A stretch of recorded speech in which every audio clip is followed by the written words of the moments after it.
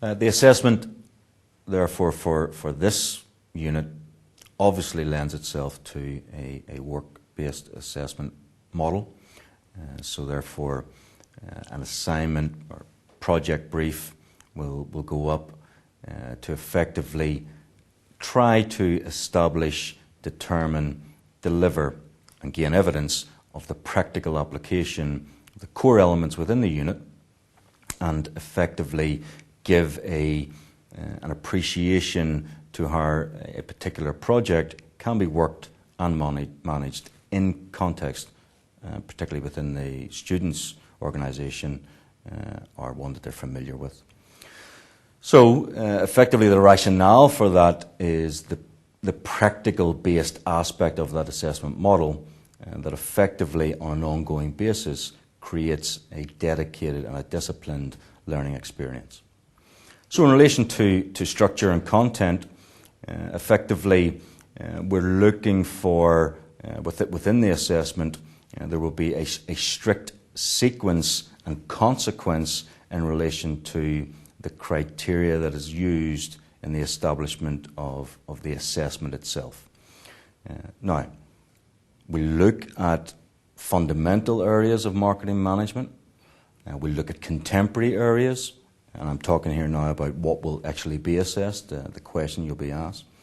And also, we will draw across all units at this level and effectively endeavour to design a summative type appraisal method that allows the student to draw on all aspects of all units and to demonstrate that cross-learning throughout the syllabus.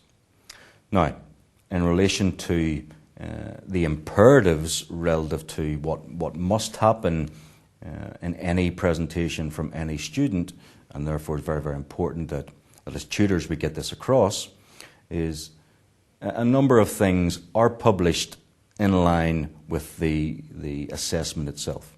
First and foremost, you have the tutor-student guidance and the brief itself.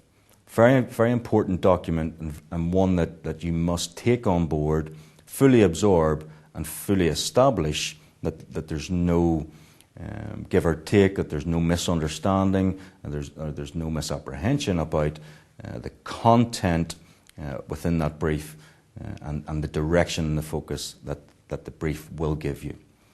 Now, there will be an auditing aspect to that assignment, and the audit, although not carrying any marks, is extremely important for the construction and the presentation of the final project report itself. So it's very important that concentration is on whatever the brief surrounds, not a general audit of business environments as is, but specifically drilling down into whatever that brief demands and requires at that particular diet. Associated with that, there will be a marking criteria that effectively highlights the marks available within different sections of that report. And it's important that that's appreciated, understood and realised so that all opportunity to gain marks are adhered to. And finally, and just as important, there will be published a grade descriptor document which highlights what an A paper would look like, what a B paper and a pass paper, so that you can, on an ongoing basis, both as a tutor and certainly as the individual student, juxtapose your own work relative to that criteria in situ. As tutors, obviously it's very important that we get some guidance on delivery of any content within any unit. And here we're looking to use the model of a dissertation supervision approach. So where you take on not only the role of core tutor, but of mentor and supervisor.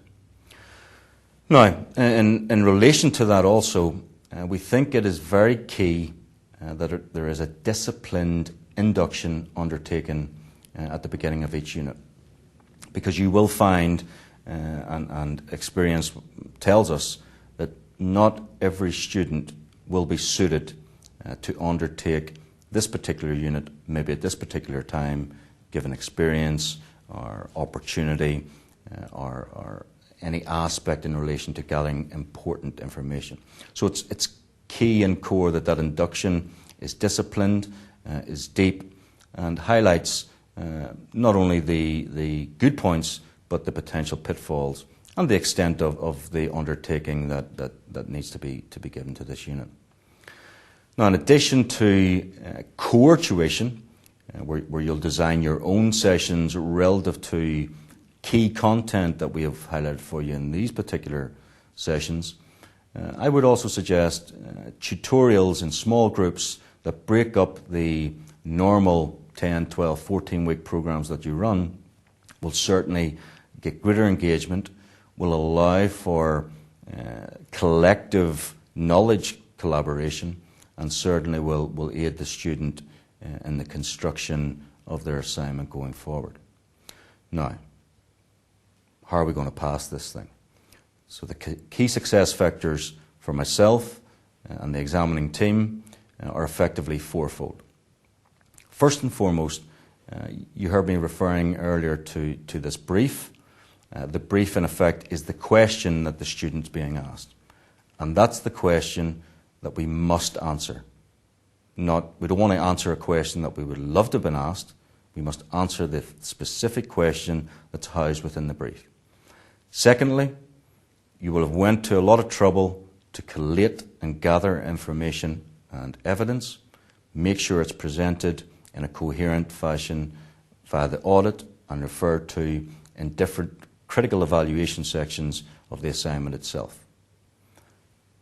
Thirdly, we would like to see some personality injected into your work as students.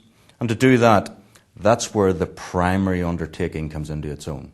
So if we have students that have got involved in focus groups or done some in-depth interview, that can align itself within the body of the report, which brings the report to life.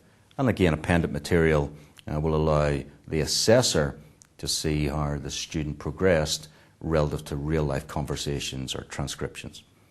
And finally, and at all times, be professional. This is a professional qualification. We need professional formats. We need professional language. We need a professional approach. Thank you.